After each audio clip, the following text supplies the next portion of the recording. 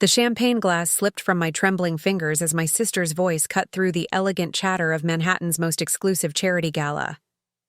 "Jessica, you're absolutely pathetic," Madison hissed, her emerald dress catching the crystal chandelier's light. "Look at you in that bargain store outfit, pretending you belong here." The room seemed to freeze as heads turned toward us.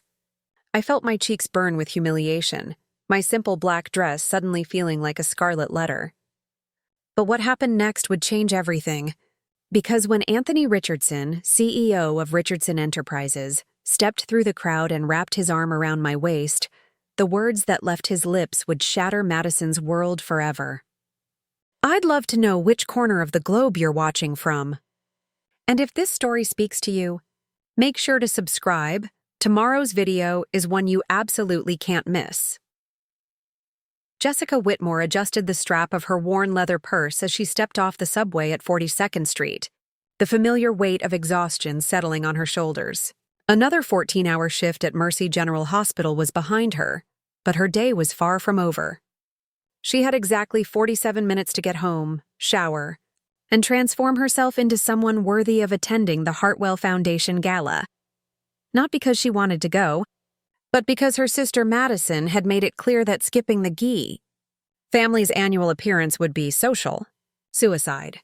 The cramped studio. Apartment in Queens felt even smaller after the hospital's sprawling corridors. Jessica peeled off her scrubs, the fabric damp with sweat and carrying the antiseptic smell that had become her permanent perfume. She caught her reflection in the bathroom mirror, dark circles under her green eyes, her auburn hair pulled back in a messy bun, her once porcelain skin now pale from endless night shifts. 3 years of nursing school debt still haunted her bank account, but Madison never let her forget that money troubles were a choice. "If you'd just married well like I did instead of chasing some noble calling," Madison would say with her practiced smile, "you wouldn't be living paycheck to paycheck." The black dress hanging in Jessica's closet was the same one she'd worn to every formal event for the past 2 years. She'd bought it on clearance from a department store, but it fit well and didn't scream budget buy if she accessorized carefully. Her grandmother's pearl earrings, the only valuable thing she owned, would have to carry the elegance she couldn't afford to buy. Jessica's phone buzzed with a text from Madison. "Please tell me you're not wearing that same black dress again. The Hartwells will be there, and I refuse to be embarrassed by association," she typed back. "I'll look appropriate. See you there." Madison's response came immediately. "Appropriate isn't the same as impressive. Try to mingle. You never know who might take pity on you." The Hartwell Foundation Gala was Manhattan's premier charity event, held annually at the Plaza Hotel's Grand Ballroom. Tickets cost $3,000 each, but the Whitmore family had attended for the past 15 years, thanks to Madison's marriage to investment banker Trevor Ashford. Madison never let Jessica forget that her invitation was charity, a pity plus one that kept up family appearances. Jessica arrived at the plaza 40 minutes later, her heels clicking against the marble floors as she made her way through the ornate lobby. The grand ballroom was a vision of old-world elegance. Crystal chandeliers cast warm light over tables draped in cream silk, centerpieces of white orchids and baby's breath, and a string quartet playing soft classical melodies in the corner. The guest list read like a Forbes magazine roster. Tech moguls mingled with real estate tycoons, pharmaceutical heiresses chatted with oil company executives, and fashion designers networked with media conglomerates. Jessica recognized faces from magazine covers and business journals, people whose net worth exceeded the GDP of small countries. She spotted Madison immediately. Her sister commanded attention in an emerald green Valentino gown, her platinum blonde hair swept into an elegant chignon, diamonds glittering at her throat and wrists. Trevor stood beside her in a perfectly tailored tuxedo, his Harvard Business School smile firmly in place as he regaled a small group with what was undoubtedly another story about his latest acquisition. Madison's eyes found Jessica across the room, and even from a distance, Jessica could see her sister's expression shift from polite socialite charm to barely concealed disappointment. Madison excused herself from her group and glided over, champagne flute in hand. "Jessica, darling," Madison's voice dripped with false warmth as she air-kissed both of Jessica's cheeks. "You made it. And you're wearing that dress again." "It's a classic style," Jessica replied evenly, refusing to take the bait. "Classic?" Madison's laugh was musical, but sharp. "That's one way to put it. Come, let me introduce you around.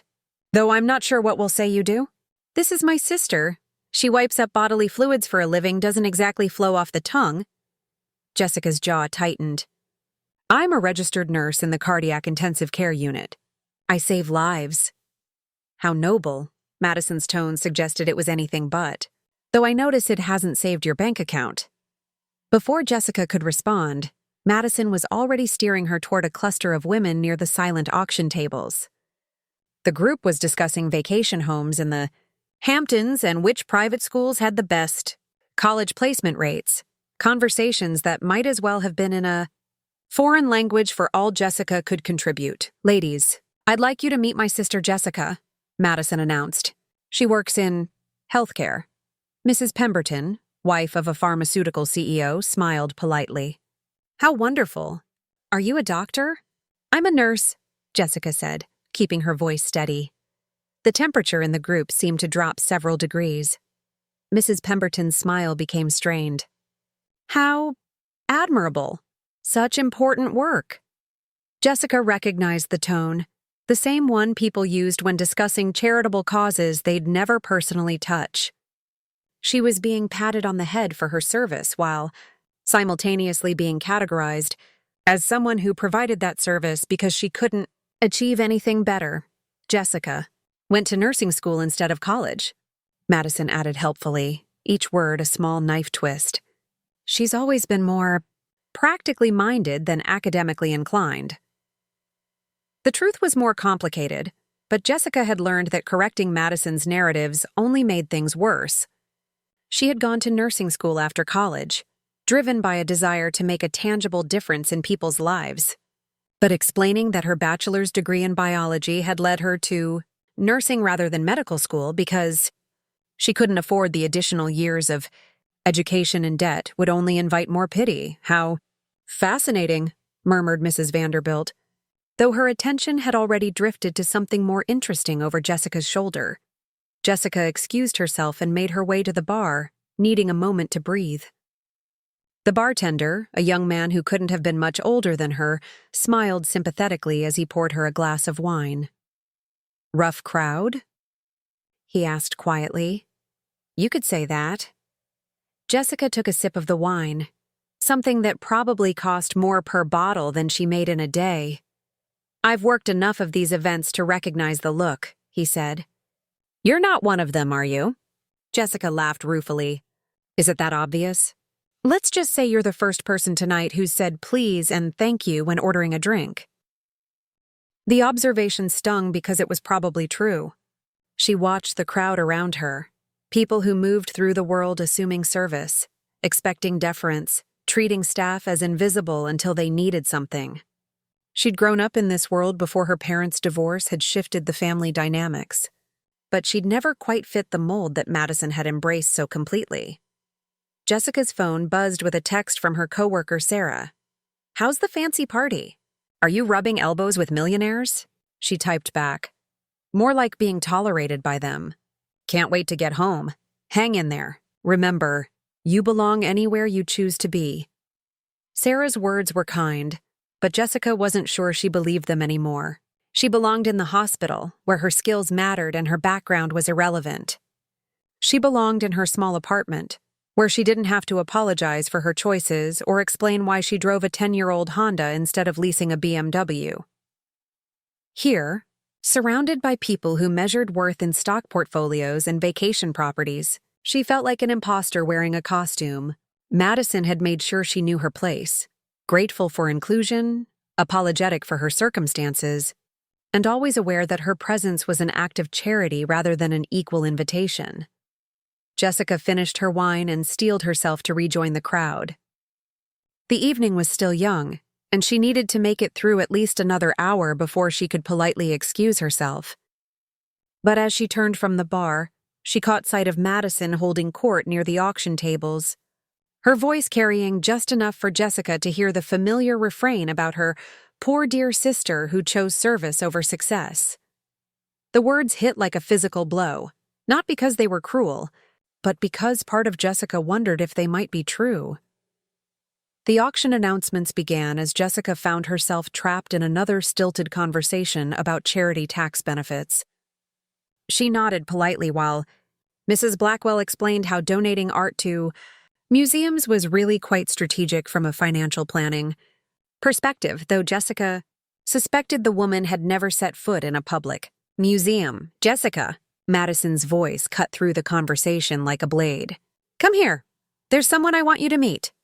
Jessica excused herself and followed Madison toward a distinguished older man in an impeccably tailored suit. His silver hair was perfectly styled, and his bearing suggested someone accustomed to commanding rooms.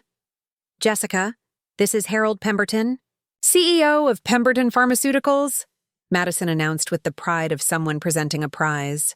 Harold, this is my sister Jessica. She works at Mercy General. A lot of love and effort went into bringing this story to life. If you're enjoying it, we'd be so grateful if you'd subscribe to our channel. Now back to where we left off. Harold's handshake was firm but brief. A healthcare professional. We always appreciate feedback from the front lines. Tell me, what do you think of our new cardiac medication protocols?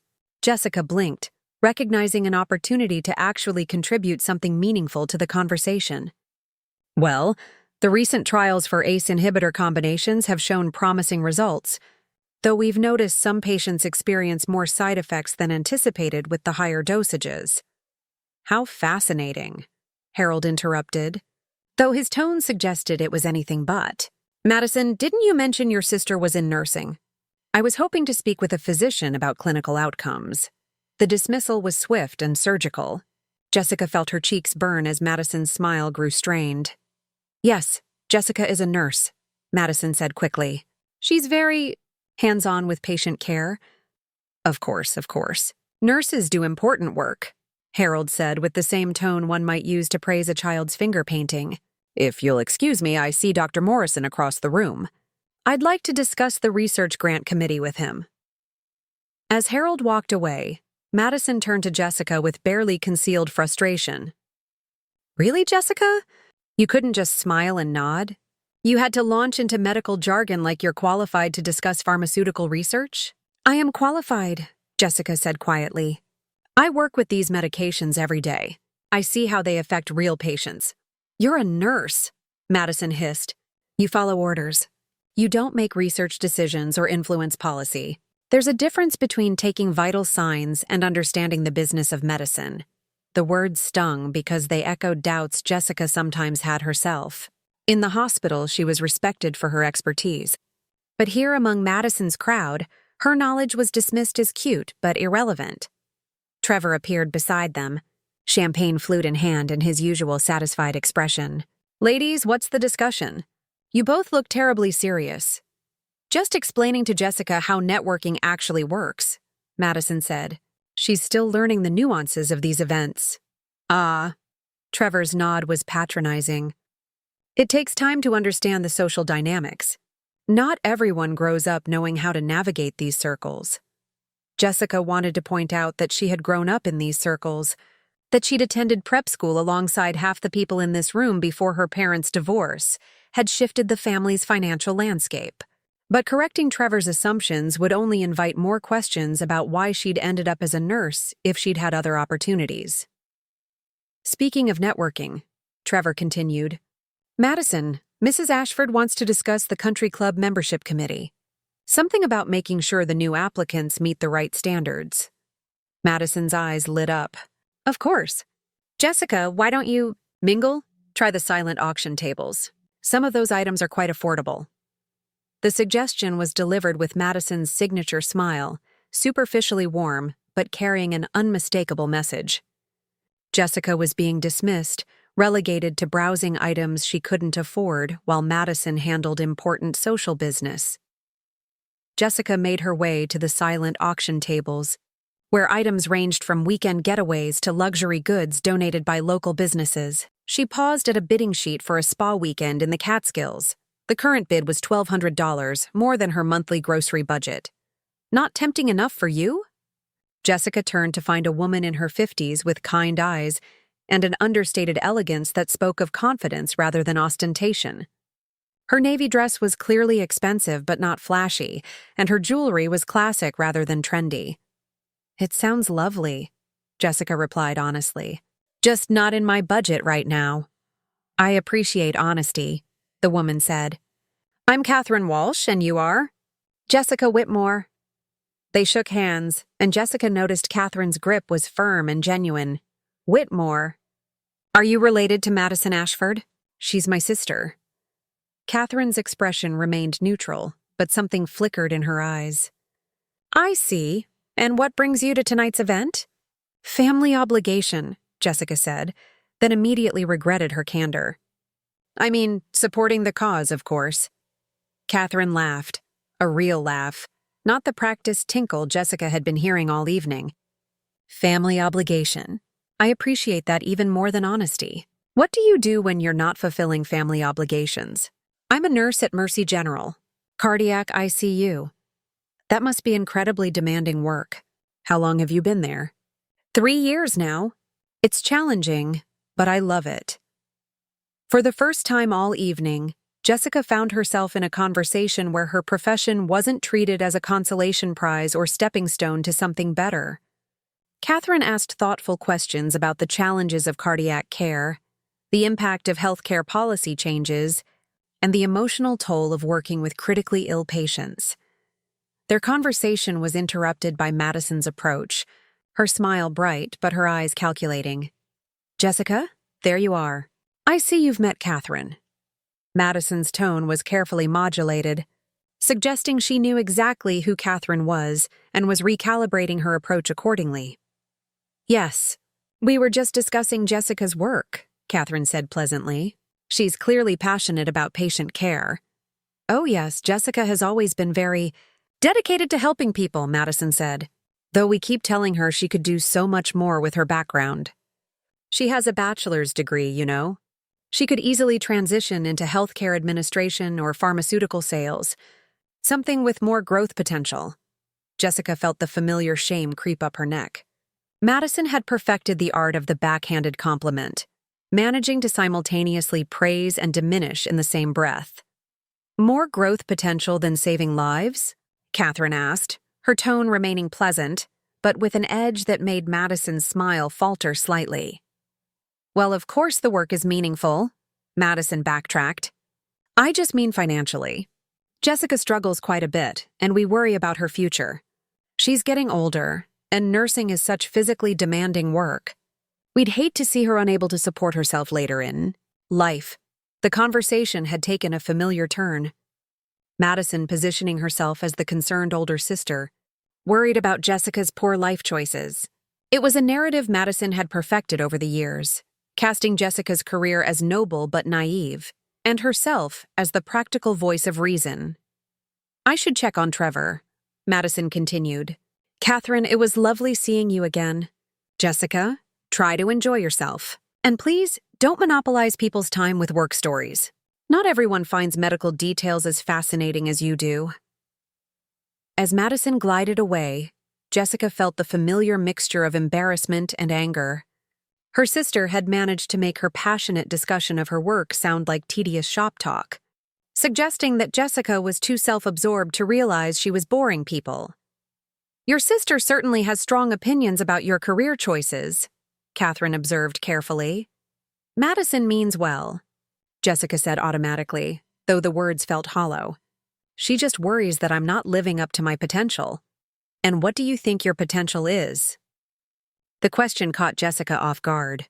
No one ever asked what she thought about her own potential. They simply told her what it should be.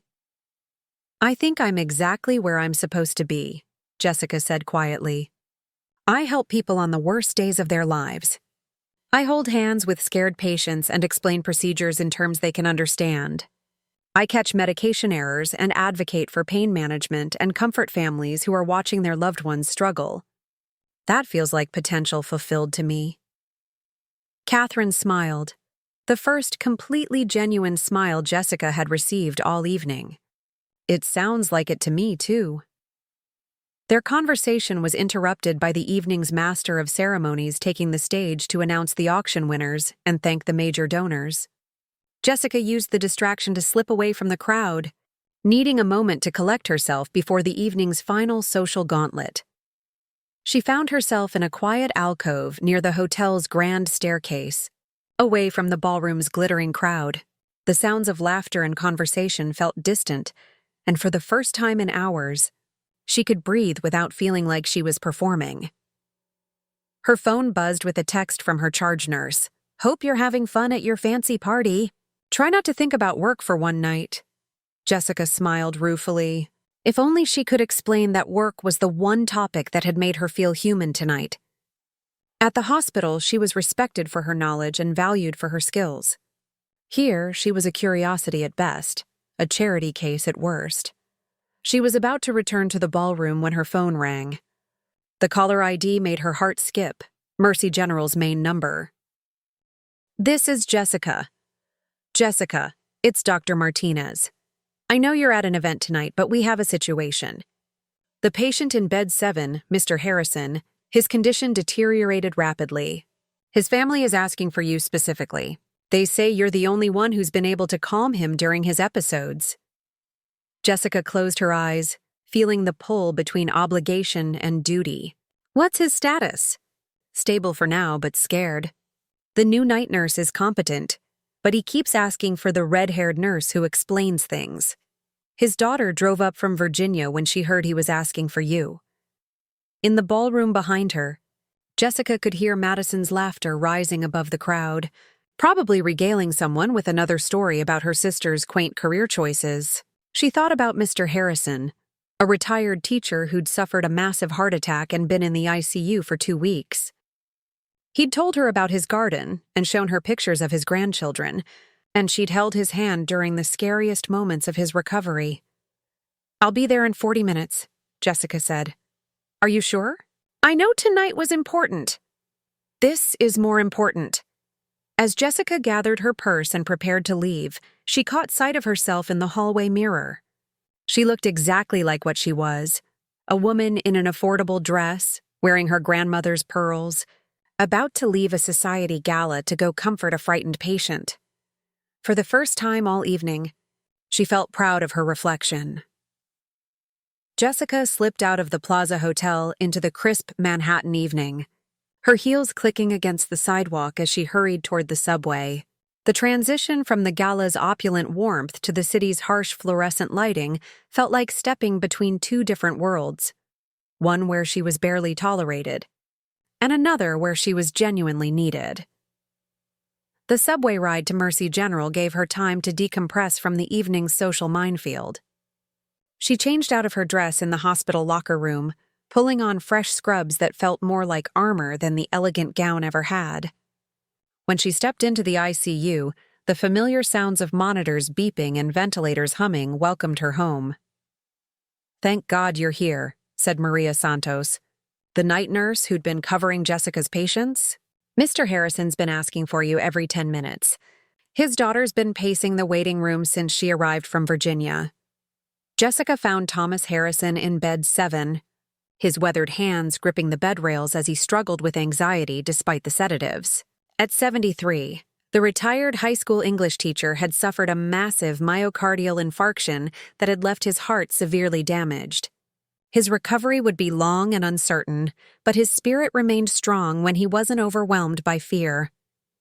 "Mr. Harrison, I'm here," Jessica said softly, placing her hand over his. "How are you feeling?" His eyes opened, focusing on her face with visible relief. "Jessica, thank heavens. I was having those dreams again, the ones where I can't breathe. The other nurse, she's very nice, but she doesn't explain things the way you do." Jessica spent the next hour with Mr. Harrison and his daughter Linda, explaining the latest test results and medication adjustments in terms they could understand. She showed them how to read the monitor displays, what the different alarm sounds meant, and why certain procedures were necessary. By the time she left his room, both father and daughter were visibly calmer. "How do you do that?" Linda asked as they walked toward the elevator. I've been terrified for 2 weeks, and you just made everything make sense.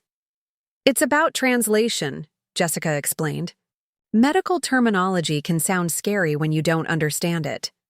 Your father's heart is damaged, but it's also healing. The monitors that seem frightening are actually keeping track of his progress. Linda hugged her unexpectedly. Thank you. Not just for tonight, but for the past 2 weeks. Dad talks about you constantly. He says you're the only one who treats him like a person instead of a condition. As Jessica drove home at 2 a.m, she reflected on the contrast between her evening's 2 halves. At the gala, her medical knowledge had been dismissed as irrelevant shop talk. Here, that same knowledge had provided comfort and understanding to a frightened family. Her phone buzzed with a series of texts that had accumulated during her hospital visit. The first was from Madison. Where did you disappear to? Trevor said he saw you leaving early. Very rude to sneak out without saying goodbye. The second was from an unknown number. Jessica, this is Catherine Walsh from tonight's event. I hope you don't mind. I got your number from the Hartwell Foundation's contact list. Would you be interested in coffee this week? I'd like to continue our conversation about healthcare advocacy. The third was from Sarah at work. Heard you came in tonight after your fancy party. You know you don't have to save everyone, right? Though I'm glad you were here for the Harrisons. Jessica smiled at Sarah's message. Her coworker understood something. That Madison never would, that choosing to care for others wasn't a limitation but a calling. The following morning brought an unexpected phone call that would shift the foundation of Jessica's carefully ordered world. She was making coffee in her small kitchen when her phone rang, displaying a number she recognized from her past but hadn't seen in months. Jessica? It's Jonathan Mitchell from Hamilton, Mitchell and Associates. Jonathan had been her father's attorney before the divorce, and hearing his voice brought back memories of heated conference room meetings and asset division spreadsheets. She'd assumed their family's legal business had concluded years ago. Jonathan, hello? Is everything all right? Actually, I'm calling with some unexpected news.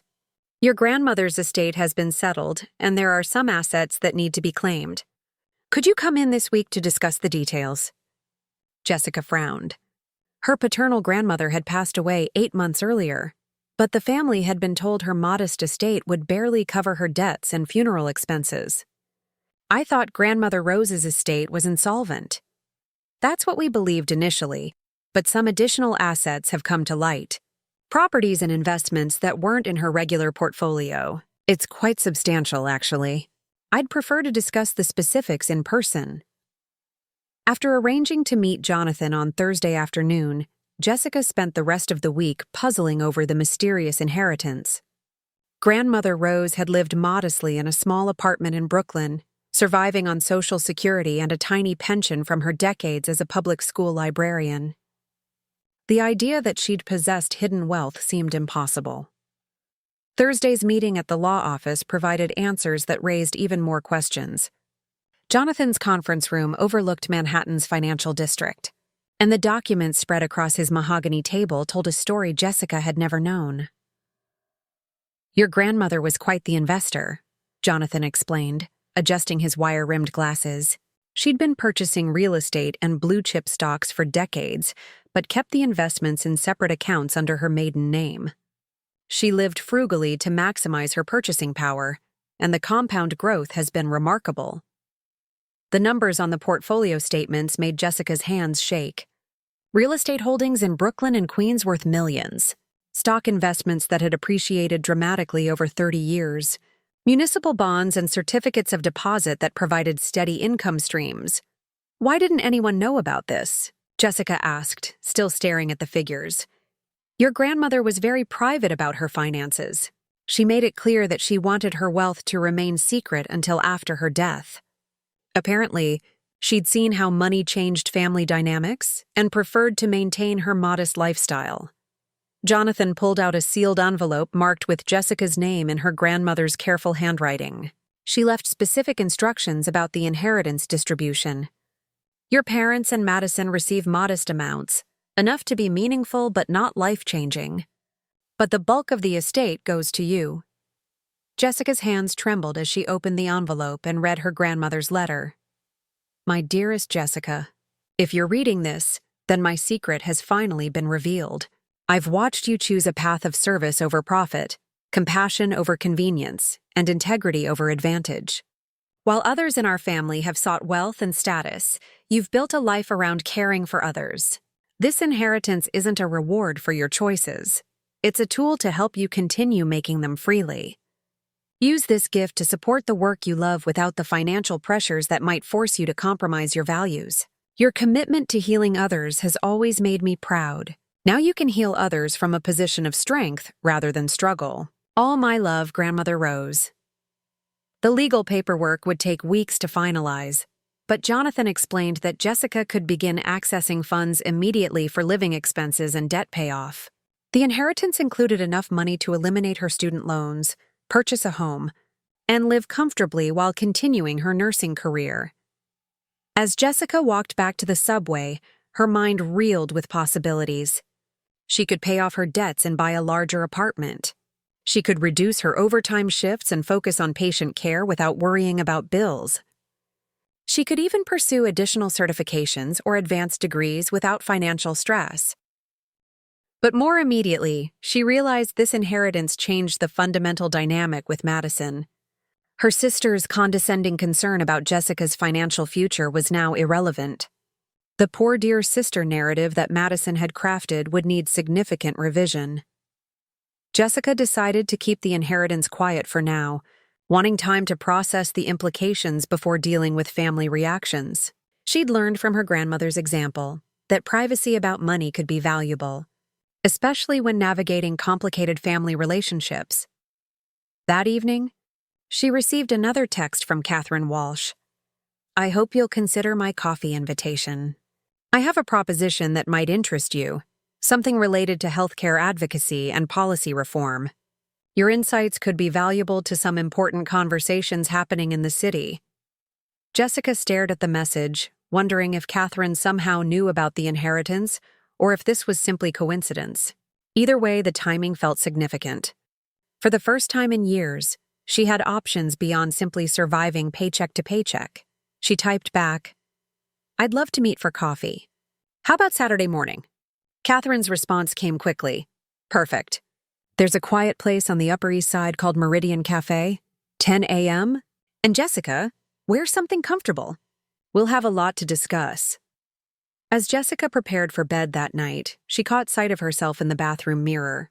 She looked the same as always, tired from her shift, hair pulled back in a practical ponytail, face free of makeup.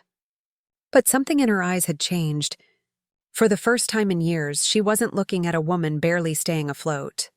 She was looking at someone with choices. The inheritance wouldn't change who she was or what she valued, but it would change how others perceived her, once they knew about it. The question was when and how to reveal this new reality, especially to Madison, who had built her entire relationship with Jessica around the assumption of financial superiority. Jessica smiled at her reflection, remembering her grandmother's words about healing from a position of strength. Tomorrow, she would continue caring for patients as she always had. But now she did so knowing that her service was a choice made freely, not a necessity born of limited options.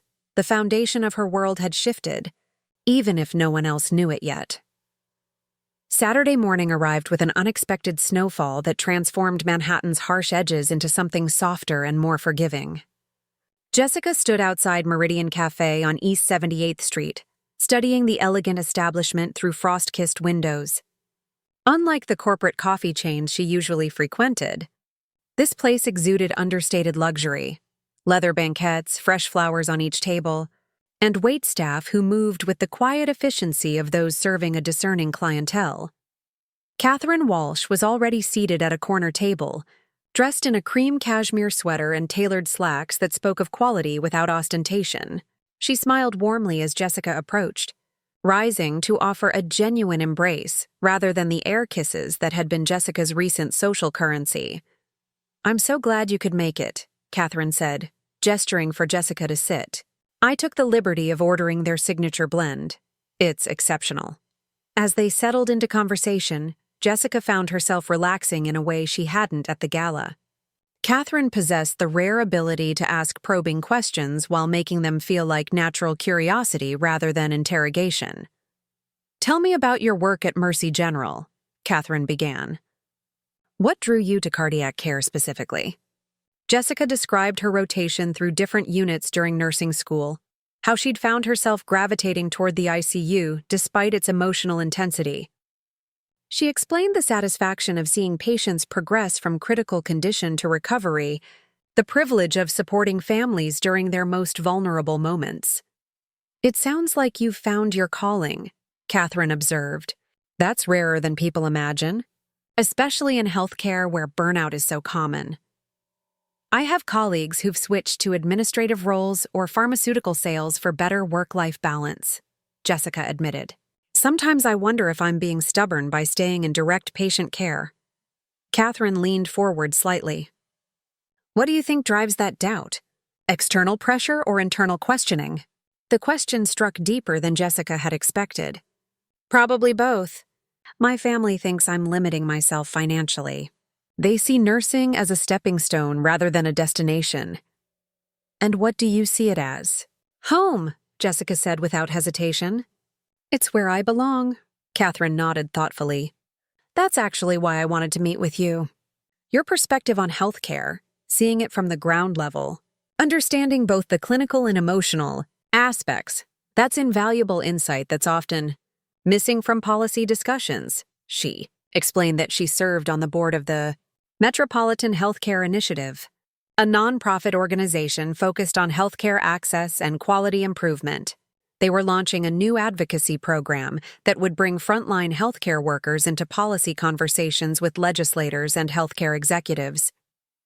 "We need voices like yours," Catherine continued. "People who can translate the real-world impact of policy decisions, who understand how legislation affects actual patient care." Jessica felt a familiar stirring of interest, the same feeling she'd had when first discovering her passion for nursing. What would that involvement look like? Initially, participating in roundtable discussions with state legislators about healthcare funding. Eventually, perhaps testifying before committees or speaking at healthcare conferences. We'd provide training on policy advocacy and public speaking. The opportunity felt like a perfect intersection of Jessica's clinical expertise and her desire to create broader change. But she hesitated, thinking of Madison's dismissive comments about staying in her lane. "I'm not sure I have the credentials for that level of involvement," Jessica said carefully. Catherine's eyebrows rose.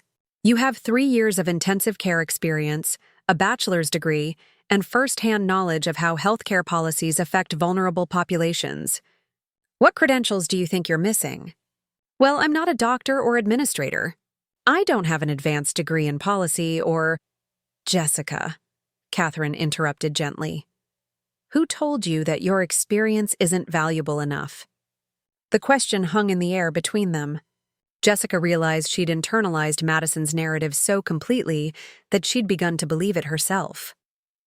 Her sister's constant suggestions that she aim higher had actually convinced her to aim lower, to accept that her current position was somehow insufficient.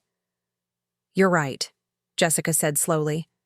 "I do have valuable perspective. More than valuable, essential." Catherine pulled out a leather portfolio. "I'd like you to consider joining our advisory committee. The time commitment is flexible, and we provide compensation for participation in formal events." As Catherine outlined the details, Jessica felt something shifting inside her. This wasn't charity or pity. It was recognition of her expertise and an invitation to use that expertise for broader impact. Their conversation was interrupted by Jessica's phone buzzing with an urgent text from Madison. "Emergency family meeting tonight at Mother's, 7 p.m. Don't be late."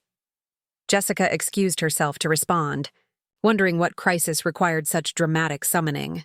Madison's follow-up text provided context. "Trevor's promotion announcement. Big changes are coming. Need to discuss family dynamics. Everything all right?" Catherine asked as Jessica put her phone away. "Family obligations," Jessica said with a wry smile. "My sister has called an emergency meeting." "Ah," The sister from the gala who seems to have strong opinions about your career. Jessica nodded, remembering Madison's performance at the Hartwell Foundation event. She means well, but we have different perspectives on success. I'm sure you do. Catherine's tone was neutral, but something in her expression suggested she understood more than she was saying. Jessica, before you go, I want to share something with you. I've been involved in healthcare advocacy for 20 years, and I've seen many talented people talk themselves out of opportunities because they didn't think they deserved them. Don't let anyone convince you that your voice doesn't matter. As they parted ways outside the cafe, Catherine handed Jessica a business card with handwritten numbers on the back. My personal cell and home number. Call me when you've had time to think about the advisory committee position. And Jessica? Trust your instincts. They've served you well so far. Walking to the subway, Jessica felt energized in a way she hadn't experienced since finishing nursing school. The conversation with Catherine had reminded her that her expertise extended beyond bedside manner. She understood healthcare systems, patient advocacy, and the gap between policy intentions and real-world outcomes. Her phone rang as she descended into the subway station. The caller ID showed Mercy General's number. Jessica, it's Dr. Martinez again. I hate to call you on your day off, but we have a situation that could use your expertise. What's happening? Remember the Harrison family? They're back. Mr. Harrison's daughter Linda called this morning asking specifically for you. Her father's been readmitted to Mount Sinai, but she wants him transferred to our cardiac unit. She said he's been asking for his nurse, Jessica, and refusing to cooperate with the staff there. Jessica felt a familiar tug of professional obligation mixed with personal satisfaction. Her relationship with patients like Mr. Harrison represented the kind of impact that couldn't be measured in salary figures or social status. What do you need from me? Could you call Linda directly? Maybe help coordinate the transfer if it's medically appropriate? I know it's your weekend, but send me her number. I'll call her now. As Jessica rode the subway home, she found herself thinking about the contrast between her morning and afternoon. With Catherine, she'd been treated as an expert whose insights were valuable. In a few hours, she'd face Madison's family meeting, where her choices would likely be questioned and her potential minimized. The call with Linda Harrison reinforced Jessica's sense of professional confidence. Mr. Harrison's condition had deteriorated after a medication error at Mount Sinai, and Linda was desperate to get him transferred to Mercy General's cardiac unit. He keeps asking for you, Linda explained. He says you're the only one who makes him feel safe. The doctors here are competent, but they don't communicate the way you do. He's scared and confused, and when he's scared, his heart rate spikes. Jessica spent 20 minutes on the phone with Linda, then called Dr. Martinez to discuss the transfer logistics. By the time she reached her apartment, she'd helped coordinate Mr. Harrison's move to their unit and arranged to check on him during her next shift. As she prepared for the family meeting, Jessica caught her reflection in the bathroom mirror. She looked the same as always, but something had changed. The morning's conversation with Catherine and the afternoon's successful patient advocacy had reminded her of her own competence and value. She thought about the inheritance sitting in legal limbo, the policy advocacy opportunity Catherine had offered, and the respect she commanded in her professional environment. For the first time in years, she wasn't approaching a family gathering from a position of defensiveness. Her phone buzzed with another text from Madison. Bring the good wine if you have any. This is a celebration, not a pity party. Jessica smiled at the message. Madison's assumption that Jessica couldn't afford good wine was about to become one of many misconceptions that would need revision. But tonight wasn't about revelations, it was about observing family dynamics from her new perspective as someone with options rather than obligations. She selected a bottle of wine from her modest collection, nothing expensive, but respectable, and prepared to face whatever drama Madison had orchestrated. As she locked her apartment door, Jessica realized she was actually looking forward to the evening. Not because she expected it to be pleasant, but because she was curious to see how family interactions felt when approached. From a position of inner strength rather than financial insecurity, the power dynamics that had defined her relationship with Madison for years were shifting, even if Madison didn't know it yet. And for the first time, Jessica felt ready to let those shifts unfold naturally, rather than fighting to maintain familiar patterns that no longer served her. The Cass Whitmore family brownstone on the Upper West Side had been their mother's pride before the divorce, but financial constraints had forced Eleanor Whitmore to convert it into a duplex arrangement. She occupied the upper floors while renting out the garden level, a practical decision that Madison never mentioned in social circles, but one that had kept their mother housed in an appropriate neighborhood. Jessica arrived at 7 sharp, wine bottles in hand, to find Madison's BMW already parked outside. Through the tall windows, she could see her family gathered in the living room, Madison gesticulating enthusiastically while Trevor nodded along and their mother listened with her characteristic expression of polite attention masking genuine disinterest. Eleanor answered the door, wearing one of her signature St. John knit suits, her silver hair perfectly styled despite the evening hour. At 68, she maintained the bearing of someone who had once moved in Manhattan's social circles, even though those days were largely behind her. Jessica, "Darling, you look tired," Eleanor said, accepting the air kiss ritual. "Madison says you left the Hartwell Gala early. I hope it wasn't one of your work emergencies again." The criticism was delivered with maternal concern, but Jessica recognized the underlying message. Her dedication to nursing was an inconvenience that disrupted family obligations. "A patient needed me," Jessica replied simply, following her mother into the living room where Madison and Trevor were arranged on the cream-colored sofa, like a magazine advertisement for successful young couples. "Sister." Madison rose to embrace her, the gesture warm but somehow performative. "Perfect timing. We have the most exciting news to share." Trevor stood as well, his Harvard Business School smile at full wattage. "Jessica, great to see you." Madison insisted we couldn't make any announcements without the whole family present. Jessica settled into the wingback chair that had been her father's favorite, accepting a glass of white wine from Madison while wondering what drama was about to unfold. In her experience, family meetings called by Madison typically involved either someone else's crisis or Madison's triumph, rarely anything that required Jessica's input. "Before we begin," Eleanor said, taking her place in the matching chair across from Jessica, "I want to address what happened at the Hartwell Gala. Madison mentioned there were some social challenges." Jessica felt her stomach tighten. "What kind of challenges?" Madison exchanged a meaningful look with Trevor before turning to Jessica with an expression of sisterly concern. "Darling, I've been thinking about our conversation with Harold Pemberton, and I realized I may not have prepared you adequately for that level of networking." "Prepared me how?" "Well, discussing medical procedures with pharmaceutical executives isn't really appropriate small talk," Madison explained gently. "I could see Harold becoming uncomfortable when you started talking about clinical trials and patient side effects. It's not the kind of conversation that builds professional relationships." Trevor nodded sagely. "In business, you have to read the room. Know when someone wants to discuss industry matters versus when they're just making polite conversation." Jessica felt the familiar heat of embarrassment rising in her cheeks. But something new accompanied it, a clarity that hadn't been there before.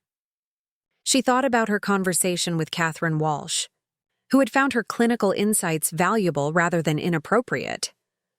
"Actually," Jessica said carefully, "Harold asked me specifically about cardiac medication protocols. I was responding to his question." "Of course he was being polite," Madison said. "But when someone of his stature asks about your work, they're expecting a brief, modest response. Not a detailed analysis of drug efficacy." Eleanor leaned forward slightly. "Jessica, dear, Madison is just trying to help you navigate these situations more successfully. We all want you to make good impressions." The intervention felt coordinated, and Jessica realized this wasn't about Trevor's promotion announcement at all. This was about managing her social performance and ensuring she didn't embarrass the family at future events. "What exactly are you suggesting?" Jessica asked. Madison brightened, apparently relieved that Jessica was receptive to feedback. "I've been talking to some friends about opportunities that might be a better fit for your background." Sarah Hutchinson. You remember her from prep school. She's now in pharmaceutical sales and she makes fantastic money. Much more than nursing, and the social connections are incredible. Or healthcare administration, Trevor added. Corporate wellness programs are huge right now. Companies pay well for people who understand medical systems, but can think strategically about business applications. Jessica looked around the room at three faces wearing expressions of helpful concern. They genuinely believed they were rescuing her from a limited career, offering guidance that would improve her prospects and social standing. Let me make sure I understand, Jessica said slowly. You want me to leave direct patient care for a sales job or corporate position because it would be more socially acceptable at charity galas? Not just socially acceptable, Madison corrected. Financially sustainable.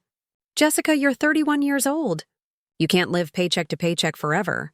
What happens when you're too old for the physical demands of ICU nursing? What about retirement planning? Or buying a home or starting a family? The questions hung in the air, each one representing years of Madison's accumulated concern about Jessica's life choices.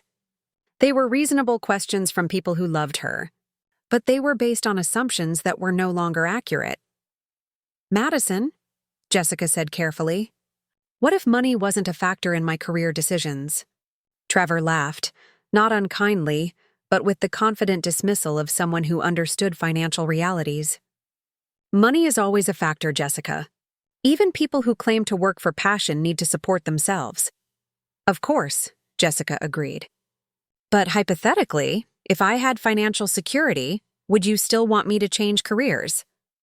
Madison's expression shifted slightly, as if she sensed something unexpected in Jessica's tone. Well, I suppose if you had unlimited resources, you could afford to stay in nursing. But that's not realistic for someone in your situation. What situation is that? Jessica, don't be defensive, Eleanor interjected. We're not criticizing your choices. We're simply concerned about your long-term security. Jessica felt a moment of decision crystallizing. She could continue accepting their narrative about her limitations, or she could begin reshaping their understanding of who she actually was. What if I told you I don't need financial security because I already have it? The room fell silent. Madison's wineglass paused halfway to her lips. Trevor's confident smile faltered, and Eleanor's eyebrows rose in genuine surprise. What do you mean? Madison asked carefully. Jessica took a breath, remembering her grandmother's letter about healing from a position of strength. Grandmother Rose left me an inheritance, a substantial one. That's impossible, Madison said immediately. Grandmother Rose barely had enough money to pay for her funeral. The estate was insolvent. That's what everyone believed, Jessica agreed. But she had been investing for decades under her maiden name. Real estate, stocks, bonds. The inheritance is enough to eliminate my student loans, buy a home, and live comfortably while continuing my nursing career. Trevor's business-trained mind kicked into gear first. How substantial are we talking about? Substantial enough that your concerns about my financial future are no longer relevant, Jessica replied. Madison set down her wineglass with a sharp click. Why didn't you tell us about this inheritance earlier? Because I wanted time to process it without outside opinions about how I should use it. Outside opinions? Madison's voice rose slightly. We're your family.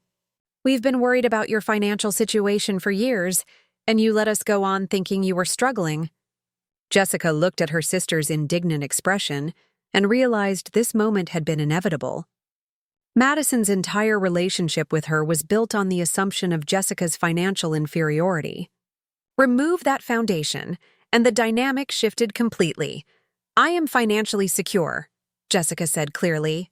I choose to work in nursing because I love it, not because I'm trapped by circumstances. The inheritance doesn't change what I want to do with my life. It just removes the pressure to compromise my values for financial reasons.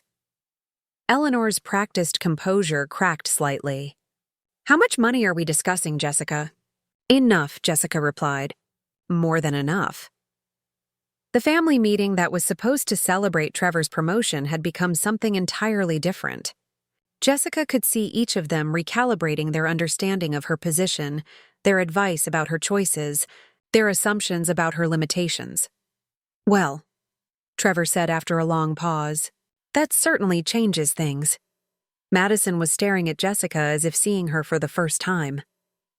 "All this time when we were offering to help you financially, suggesting career changes, worrying about your future. You already had money?" "I had security," Jessica corrected. "Which means my choices are genuine preferences, not desperate necessities." "But you still live in that tiny apartment in Queens," Madison protested. "You still work double shifts and drive that old Honda." "Because I like my life," Jessica said simply. "The inheritance doesn't change who I am or what matters to me. It just means I can be who I am without apology." Eleanor was the first to recover her social grace. "Well, this is certainly unexpected news. I suppose congratulations are in order?" But Jessica could see the calculations happening behind her mother's eyes, the rapid reassessment of family dynamics and social positioning. Madison looked stunned, as if the fundamental laws of physics had suddenly shifted. "I think," Jessica said, rising from her chair, "I should let you process this information. Trevor, congratulations on your promotion. I hope we can celebrate that properly next time." As she gathered her purse and moved toward the door, Madison found her voice. "Jessica, wait. We need to talk about this more. There are implications, decisions to make, family considerations." "There really aren't," Jessica replied gently. "Nothing has changed except your knowledge of my circumstances. I'm still the same person making the same choices for the same reasons." But as she stepped into the cold Manhattan evening, Jessica knew that wasn't entirely true. Her circumstances hadn't changed, but her willingness to let others define her limitations had shifted completely. The inheritance had given her something more valuable than financial security. It had given her the confidence to stop apologizing for choices made from strength rather than weakness. Behind her, she could hear the muffled sounds of intense conversation resuming in the living room. Tomorrow, there would be phone calls and follow-up meetings and family discussions about this revelation. But tonight, Jessica felt the freedom that came from no longer needing others' approval for the life she had chosen to build. The week following Jessica's revelation unfolded like dominoes falling in slow motion.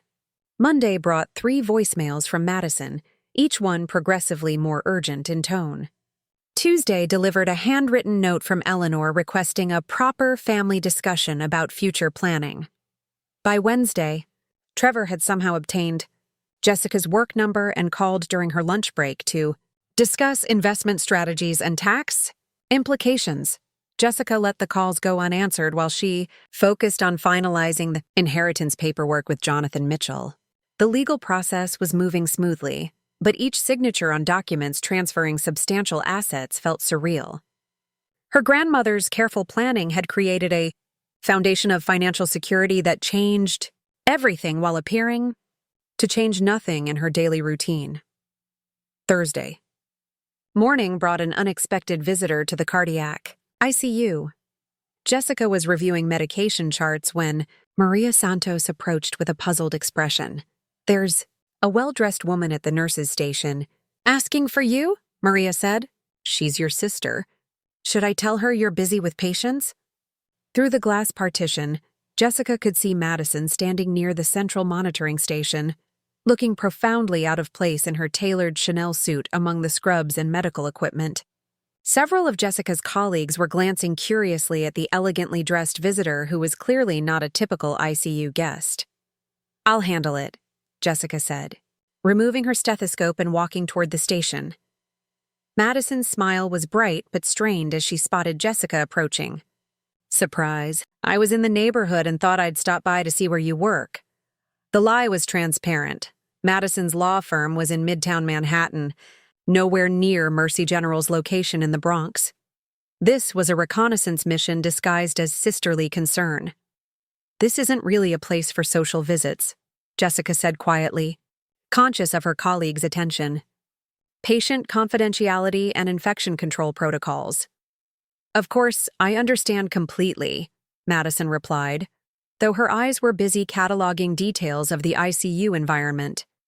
"I just wanted to see, well, to understand your world better," especially now that we know your financial situation has changed.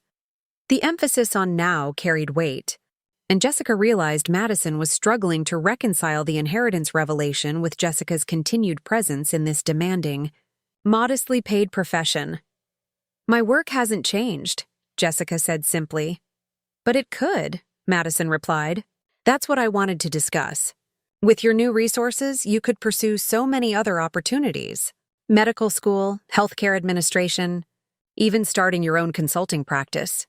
Dr. Martinez appeared beside them, his expression professionally polite but clearly questioning the appropriateness of this conversation in a patient care area. "Jessica, I hate to interrupt, but Mrs. Chen in bed 12 is asking for you specifically. Her family has questions about the post-operative care plan." "Of course," Jessica turned to Madison. "I need to go. Patients come first here." Madison's smile faltered slightly. "Could we continue this conversation later? Maybe dinner tonight? My treat, naturally. Well, given your situation, perhaps you'd prefer to choose the restaurant." The awkward recalibration of their financial dynamic was painful to watch. Madison was clearly struggling to adjust her approach now that her assumptions about Jessica's limitations had been shattered. "I'm working a double shift today," Jessica said. "Rain check?" As Madison left the ICU, Jessica noticed several colleagues exchanging glances. Maria Santos approached with barely concealed curiosity. "Your sister seems intense," Maria observed diplomatically. "She's adjusting to some recent news," Jessica replied, then changed the subject to Mrs. Chen's medication schedule. But the visit had planted a seed of awareness among her colleagues that Jessica's family dynamics were more complicated than they'd realized. Throughout the rest of her shift, she caught subtle looks and overheard whispered conversations that suggested word was spreading about her well-dressed sister's unexpected appearance. Friday brought a call from Catherine Walsh that provided a welcome contrast to her family's persistence. "Jessica, I hope you've had time to consider our discussion about the healthcare advocacy position," Catherine said. "I have some exciting developments to share." They arranged to meet at Catherine's office in the Flatiron district, a sleek space that managed to feel both professional and welcoming.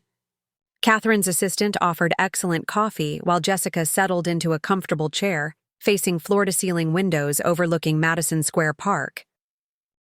"The Metropolitan Healthcare Initiative Board met yesterday," Catherine began, "and I presented your background and perspective." The response was unanimously enthusiastic. She outlined a position that would involve testifying before state healthcare committees, participating in policy working groups, and speaking at medical conferences about the gap between healthcare legislation and frontline implementation. "The compensation is substantial," Catherine continued, naming a figure that exceeded Jessica's nursing salary. "But more importantly, it's an opportunity to influence healthcare policy at the state and potentially federal level." Jessica felt the familiar stirring of excitement at the prospect of meaningful work that could create systemic change. "What would be the time commitment?" "Flexible. You could maintain your clinical work while taking on advocacy responsibilities as your schedule permits.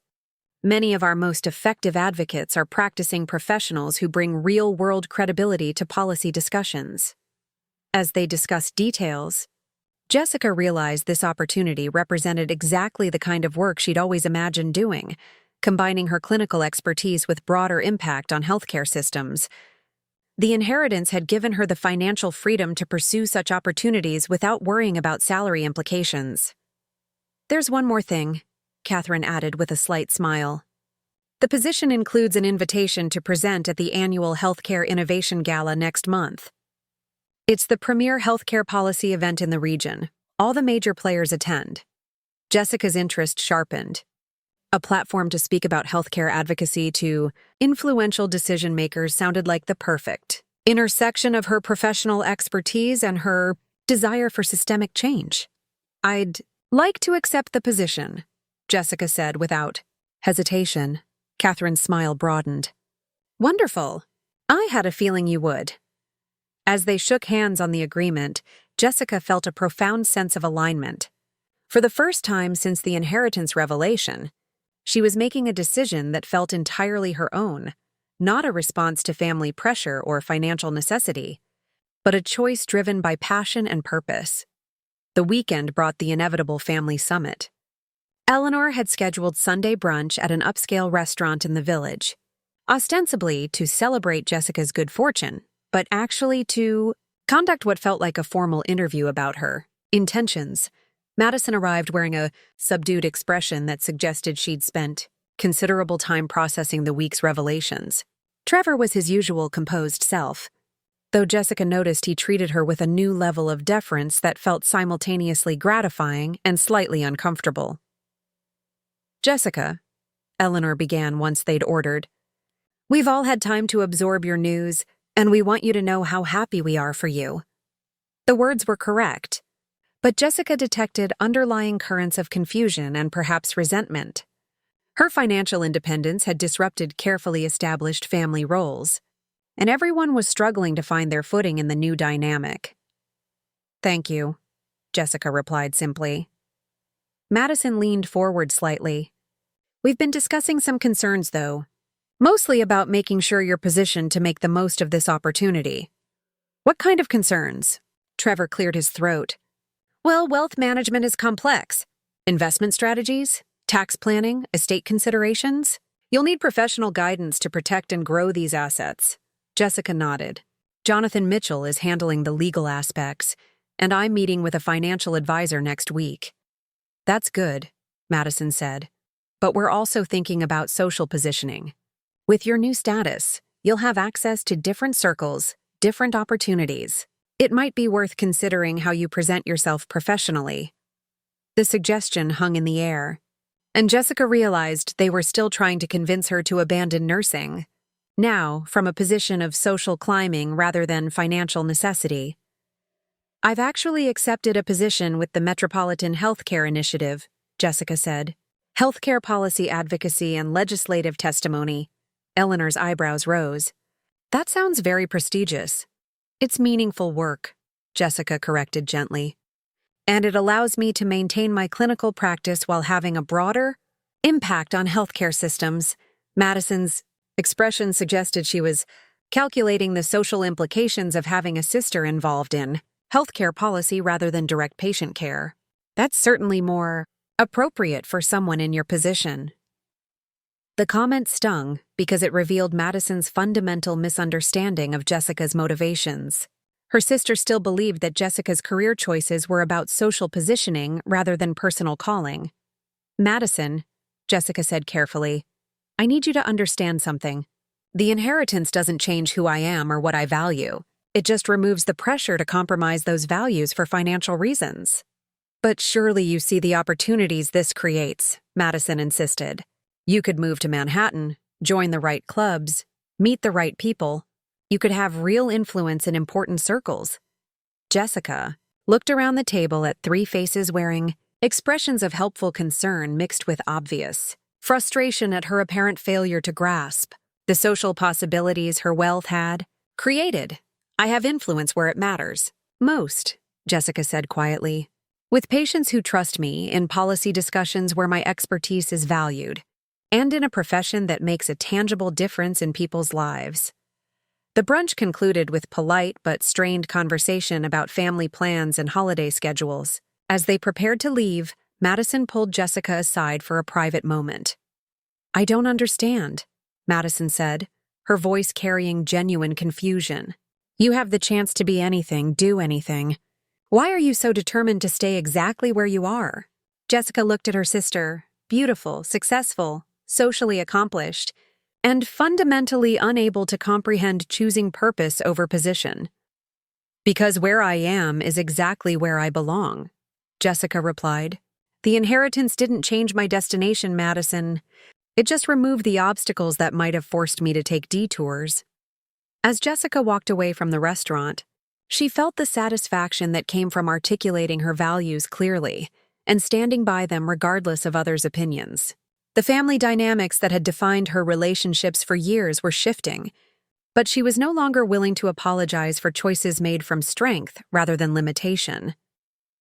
Her phone buzzed with a text from Catherine Walsh. "Official invitation to Healthcare Innovation Gala attached." Looking forward to working together on changing healthcare policy from the inside out. Jessica smiled as she read the message. Sometimes the most important revolutions happened quietly, one authentic choice at a time. The Healthcare Innovation Gala was held at the Metropolitan Museum of Art, transforming the Great Hall into an elegant venue where medicine met policy under soaring stone arches. Unlike the Hartwell Foundation's charity atmosphere, this event buzzed with the energy of professionals united by purpose rather than social obligation. Jessica arrived wearing a midnight blue dress she'd purchased specifically for the occasion, not because she needed to impress anyone, but because she finally felt worthy of dressing for success. Catherine Walsh had arranged for Jessica to present during the evening's keynote panel, Frontline Voices in Healthcare Policy. As Jessica reviewed her notes in the museum's speaker's lounge, she felt calm confidence rather than nervous energy. Her presentation would focus on the gap between healthcare legislation and bedside implementation, drawing from specific patient cases to illustrate policy impacts. Jessica. Catherine appeared beside her, radiant in a silver evening gown. You look absolutely stunning. Are you ready to change some minds tonight? I'm ready to share what I've learned, Jessica replied, adjusting the small microphone clipped to her dress. Whether minds change will depend on how well I communicate. The speaker's lounge was filled with distinguished healthcare professionals, department chairs from major medical centers, pharmaceutical researchers, policy directors from major hospitals. Jessica recognized several names from medical journals and healthcare publications. 6 months ago, she would have felt intimidated by such a company. Tonight, she belonged here. Ladies and gentlemen, places please for the keynote panel, announced a gala coordinator. As Jessica made her way toward the main hall, she spotted familiar faces in the crowd. Harold Pemberton, the pharmaceutical CEO who had dismissed her expertise at the Hartwell Gala, was seated at a prominent table near the front. Mrs. Blackwell and several other socialites from that evening were scattered throughout the audience, attending as board members of various healthcare foundations. And there, at a table near the center of the room, sat Madison and Trevor. Jessica's step faltered for just a moment as she registered their presence. Madison was wearing emerald green again, her signature color, and her expression was a carefully composed mask of sisterly support. Trevor sat beside her with his usual confident bearing, though Jessica noticed him scanning the room with the calculating gaze of someone assessing professional networking opportunities. The Whitmore family contingent came to support you, Catherine murmured, following Jessica's gaze. Your sister called my office requesting tickets. She seemed quite determined to attend. Jessica nodded, understanding that Madison's presence wasn't about support, it was about control. Her sister needed to witness this moment, to understand exactly how far Jessica had traveled from the narrative Madison had constructed about her limitations. The panel was introduced by Dr. Rebecca Chen, the evening's moderator and chief medical officer at New York Presbyterian. As Jessica took her place at the speaker's table, she looked out at an audience of 500 healthcare professionals, policymakers, and medical industry leaders. Our final speaker tonight brings a perspective that's often missing from healthcare policy discussions, Dr. Chen announced. Jessica Whitmore is a cardiac intensive care nurse at Mercy General Hospital and our newest policy advocate with the Metropolitan Healthcare Initiative. She'll be speaking about the human impact of healthcare legislation.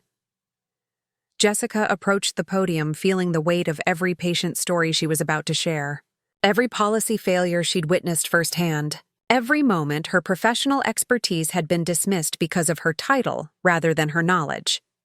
6 months ago, Jessica began, her voice clear and confident. I attended a charity gala where a pharmaceutical executive asked my opinion about cardiac medication protocols. When I responded with clinical observations based on 3 years of intensive care experience, I was told that my perspective wasn't appropriate for the conversation. A murmur rippled through the audience. Several people turned to look at Harold Pemberton, whose face had flushed slightly red. Tonight, I want to explain why that dismissal represents everything wrong with how we approach healthcare policy in this country, Jessica continued, because the people implementing your policies at the bedside, nurses, respiratory therapists, patient care technicians, we're not just following orders. We're the ones who see when protocols don't work, when medications cause unexpected reactions, when hospital systems fail the people they're designed to serve.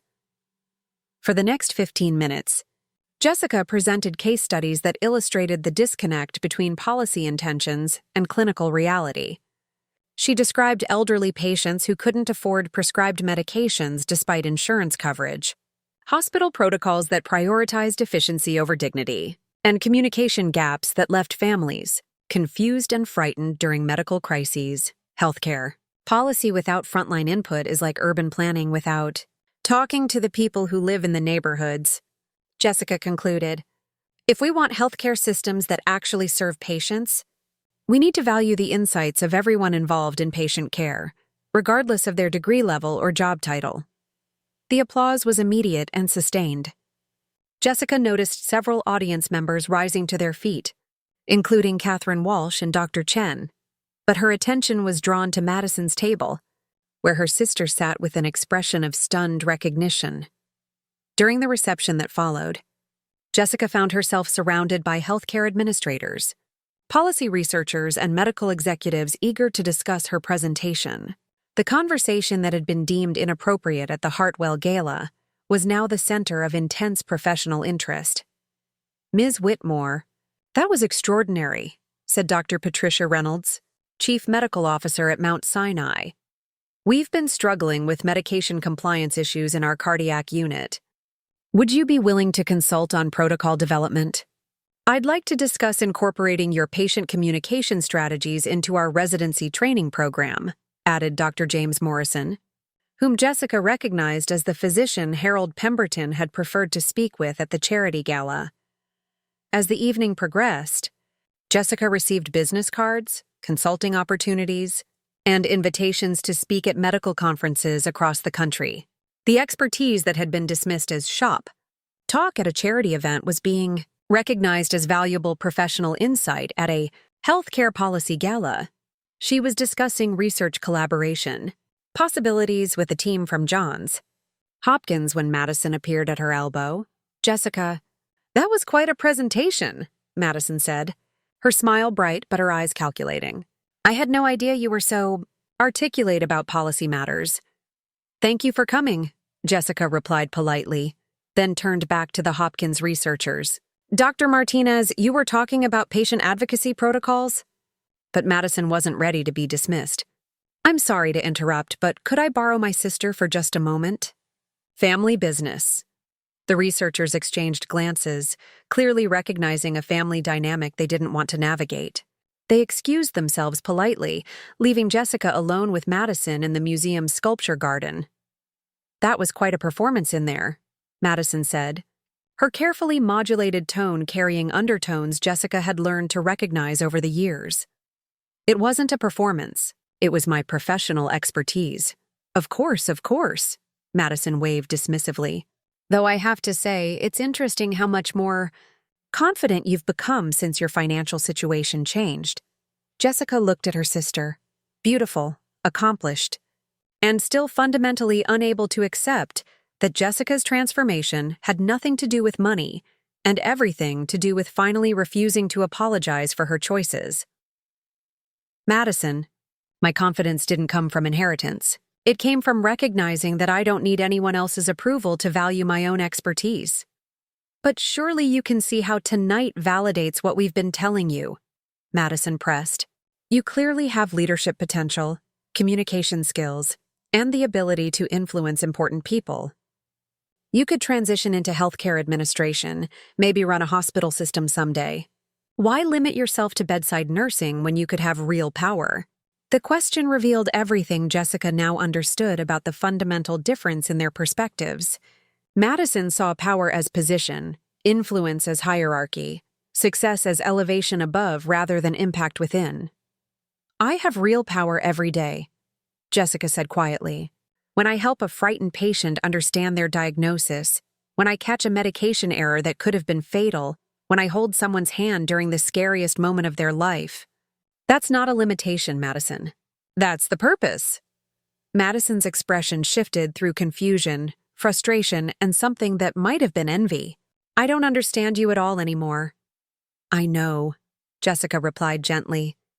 And that's okay. We don't have to understand each other's choices to respect them. As they returned to the reception, Jessica was approached by a distinguished man in an impeccably tailored tuxedo. He was tall with silver hair and carried himself with the quiet confidence of someone accustomed to command. Ms. Whitmore, I'm Anthony Richardson, CEO of Richardson Enterprises. I wanted to personally thank you for tonight's presentation. Jessica shook his hand, noting the genuine warmth in his expression. Thank you for attending. I hope the healthcare policy perspective was useful. More than useful, transformative. Anthony's smile was engaging and entirely focused on her. I've been looking for someone with your combination of clinical expertise and policy insight to lead our corporate wellness initiative. Would you be interested in discussing a partnership? As they talked, Jessica became aware that their conversation was drawing attention from other gala attendees. Anthony Richardson was clearly someone whose presence commanded respect in this room, and his obvious interest in Jessica's work was being noted by everyone around them. I'd be very interested in exploring collaboration, Jessica said. Healthcare policy needs more corporate engagement to be effective. Wonderful. Perhaps we could continue this conversation over dinner next week. The invitation was professional, but carried undertones that suggested Anthony's interest extended beyond Jessica's policy expertise. She found herself intrigued by both the professional opportunity and the man offering it. I'd like that very much. As Anthony handed her his business card, Jessica caught sight of Madison's expression across the room. Her sister was staring at them with undisguised shock, clearly recognizing Anthony Richardson's prominence and struggling to process this latest development in Jessica's rapidly evolving social position. The evening concluded with Jessica surrounded by new professional contacts, speaking opportunities, and the beginnings of what felt like a significant personal connection. As she gathered her things to leave, Catherine Walsh approached with a satisfied smile. I think we can safely say this evening exceeded all expectations, Catherine said. How does it feel to be the most sought-after healthcare policy advocate in New York? Jessica laughed, feeling lighter than she had in years. It feels like I'm finally where I belong. As she walked out of the Metropolitan Museum into the Manhattan evening, Jessica's phone buzzed with a text from Anthony Richardson. Thank you for an inspiring evening. Looking forward to our dinner conversation. Anthony. She smiled as she read the message, then noticed Madison approaching from across the street where Trevor was retrieving their car from valet parking. Jessica, Madison called, hurrying over in her high heels. Wait, we need to talk. About what? Madison's carefully composed expression had cracked, revealing genuine confusion and perhaps the first authentic emotion Jessica had seen from her sister in years. About everything, Madison said helplessly. About who you are, what you want, what this all means. 6 months ago, you were my little sister who needed guidance and financial support. Tonight, you're being courted by Anthony Richardson and commanding standing ovations from medical professionals. I don't understand how this happened. Jessica looked at her sister, still beautiful, still accomplished, still fundamentally unable to grasp that Jessica's transformation had been years in the making and had nothing to do with external validation. It happened because I stopped pretending to be smaller than I am, Jessica said simply. The inheritance didn't change me, Madison. It just removed the fear that kept me from being myself fully. As Trevor pulled up in their BMW, Madison paused at the car door. Will you call me? So can we talk properly about all this? Of course, Jessica replied. But Madison, the next time we talk, it needs to be as equals. Not as the successful sister and the struggling one, but as two women who've made different choices for different reasons. Madison nodded slowly, and for the first time, Jessica saw genuine respect in her sister's eyes rather than condescending concern. As Jessica walked toward the subway, her phone buzzed with messages from new professional contacts, speaking invitations and a follow-up text from Anthony. She realized that tonight marked not just a professional triumph, but the completion of a journey that had begun with her grandmother's inheritance, and ended with something far more valuable than money, the unshakable knowledge of her own, worth the young woman, who had been dismissed at a charity gala for sharing her medical expertise, was now being courted by healthcare leaders across the country. But more importantly, she was finally free to be exactly who she had always been, a healer, an advocate, and a woman who measured success not by social position, but by the lives she touched and the systems she helped improve. As the subway carried her home to Queens, Jessica smiled at her reflection in the dark window. Tomorrow she would return to the cardiac ICU where her patients were waiting, but she would return as someone who no longer apologized for the life she had chosen to build. Looking for more?